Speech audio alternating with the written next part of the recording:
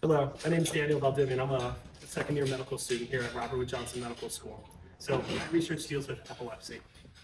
Historically, research has focused on seizure onset patterns. And the idea here is that if we can investigate how seizures begin, perhaps we can prevent those seizures from happening altogether. However, my research focuses on how seizures end, because I think if we investigate those cellular mechanisms responsible for ending a seizure, perhaps we can end the seizure quicker, or we can prevent the seizure from happening altogether. So we collected about 400 spontaneous seizures in mice, and we analyzed their ending patterns. And what we found was there's three main ending patterns, but there was just one that was most interesting. So we identified this post-ictal oscillation, where we see this increase and then decrease in oscillatory amplitude at the end of a seizure during the post-seizure period.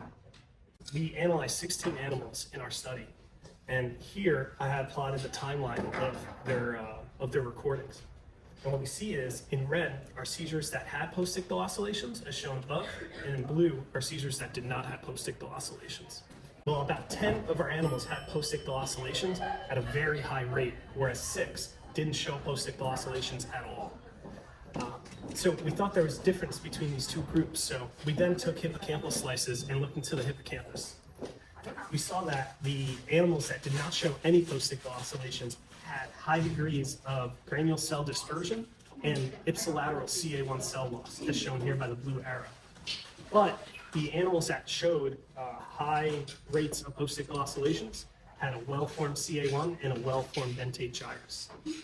We then quantified these findings, and we could see that we found a strong, significant positive correlation between the thickness of CA1 and the proportion of seizures that had post-ictal oscillations.